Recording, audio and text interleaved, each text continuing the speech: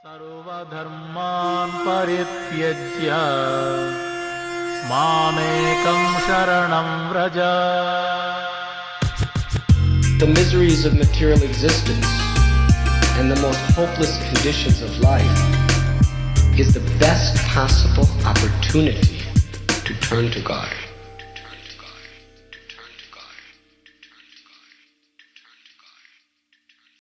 You're listening to Bare Knuckle Bhakti Shorties on the Bhakti Recovery Podcast with Jiva G, coming at you every Monday with a little spiritual some.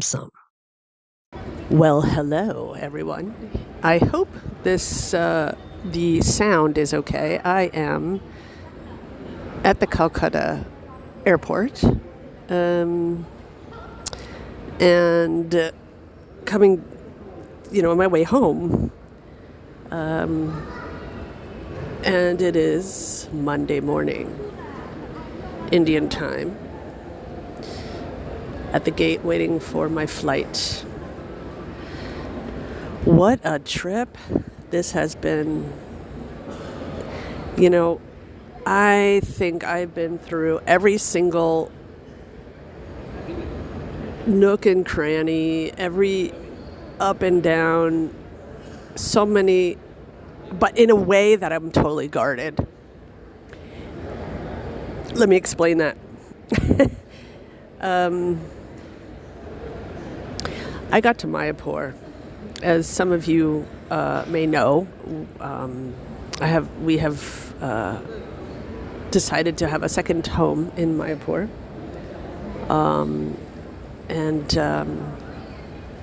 There was lots of work to do, of course, as there is anywhere. When you buy an apartment anywhere, there's lots of work to do and renovations and all of that. And, the Indian challenge on top of it, because I don't know why it is, but a lot of it in India, getting anything done in this country is slow and then usually half-assed. That actually didn't bother me that much. I had little teeny fits of oh my God. But that's not really what I want to talk about. What I want to talk about is how my journey in Bhakti is at the moment, where I'm at. And when you enter a place like Mayapur, it has a lot of energy, a lot of energy, and a lot of history, and it is quite overwhelming. And because I'm there also not just for my personal sadhana and also for seva, I'm also there to materially get my house in order. The energies were very confusing. And I didn't know what was going on until sort of now I'm starting to realize what was going on with me during that whole time. I was very guarded and not really willing to let a lot of energy in. So it was I didn't fight it. I noticed it, and I noticed how guarded I was, and a little short with some people, and just not in a negative way, but I was pretty no, don't talk at me right now. I need to figure this energy out, for myself. Who am I in and of all of this here in Mayapur? Who am I in all of this? Besides being, of course, the intellectual says I'm the spirit soul, but I didn't feel any of that. So figuring that out is probably a life quest, but specifically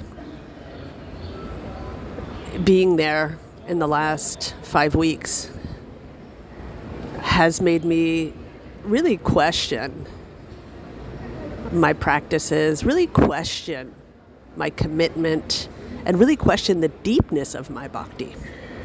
And, it was very easy for me to surrender 100% to a 12-step program.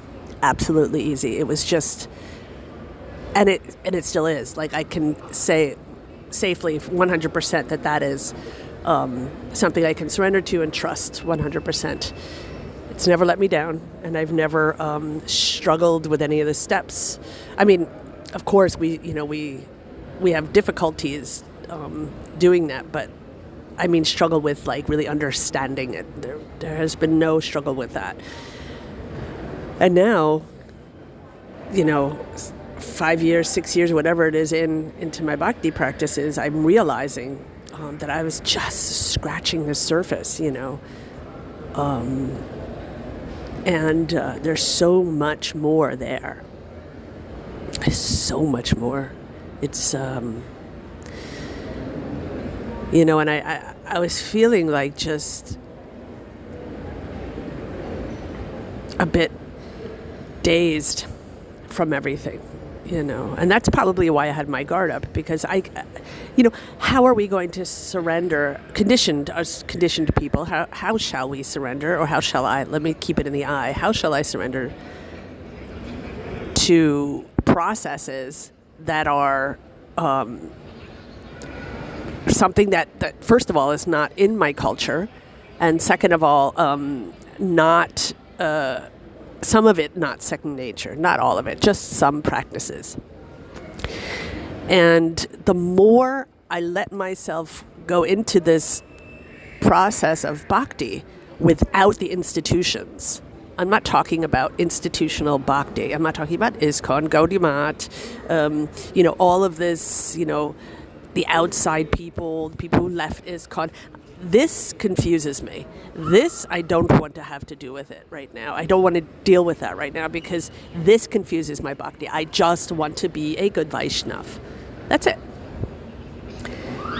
So all that aside, and this was also something to pick apart, because you're listening to a whole bunch of people doing a whole bunch of, saying a whole bunch of different things, and people have ulterior motives. We all do, like, oh, ISKCON this, or oh, Gaudiya Math that, or oh, it's great, but there's always like this like little like, oh, you're in the Gaudiya Math. There's always like a tinge of something, not always, but a lot of the time.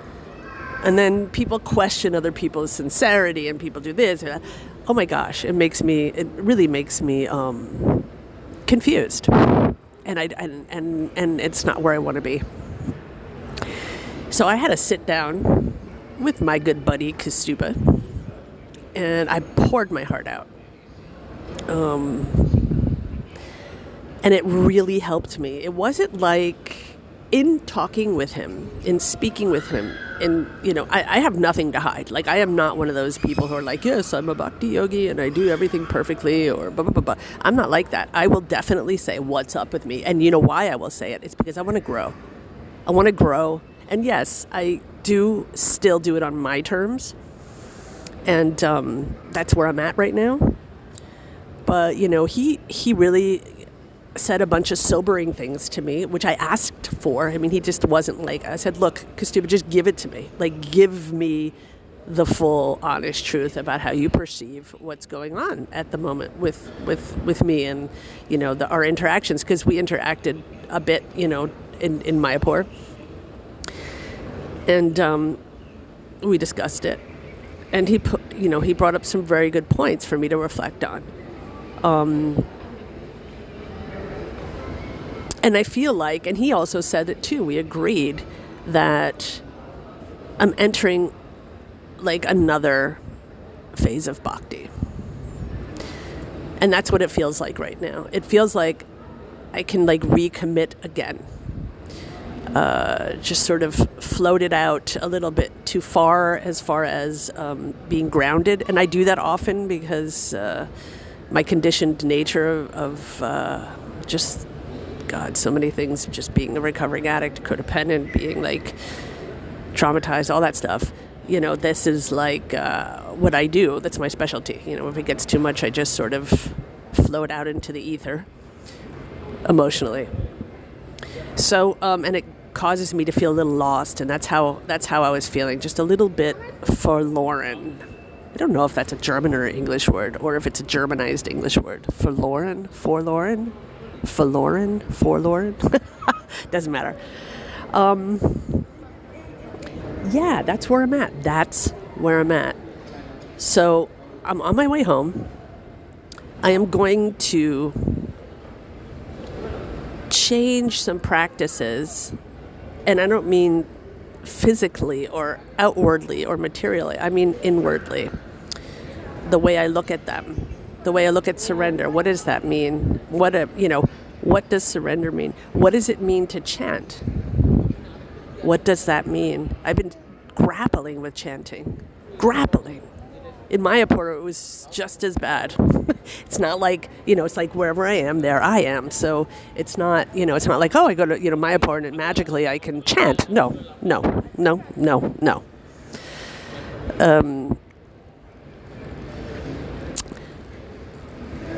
Someone told me that when you chant, it's just like, he said that Prabhupada said this, and I don't know where that reference would be, but I'm hoping that it really is a solid reference.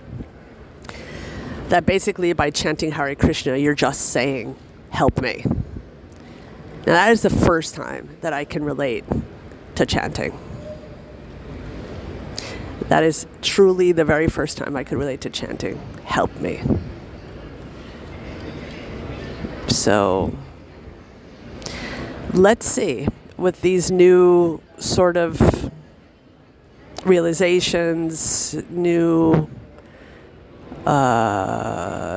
phase, new chapter. Let's see where I'm at. Anyhow,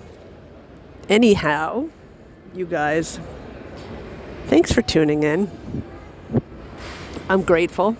I'm really grateful. I can do this, and I can speak my mind, and I really hope that like all of this chatter in my head can help someone else, because it does help me. But I'm really happy if someone can relate to that and just be like, okay, I'm not alone. And that's like why I listen to other people, because someone will say something and I'm just like, wow, yeah, I get that. It's the best feeling. Anyway, guys, I wish you a fantastic week, and I will see you next week. And if anyone has any questions or comments, please write at Bhakti Recovery Group. No, sorry about that. Bhakti Recovery Podcast at gmail.com. That's Bhakti Recovery Podcast at gmail.com. Haribol, everyone. Thanks for listening. I hope you liked the Monday Shorties. Don't forget to check out our full-length episodes on Thursdays. If you like what you heard, spread the word. Peace out. सर्वधर्मान् परित्यज्य मामेकं शरणं Vraj. The miseries of material existence and the most hopeless conditions of life is the best possible opportunity to turn to God.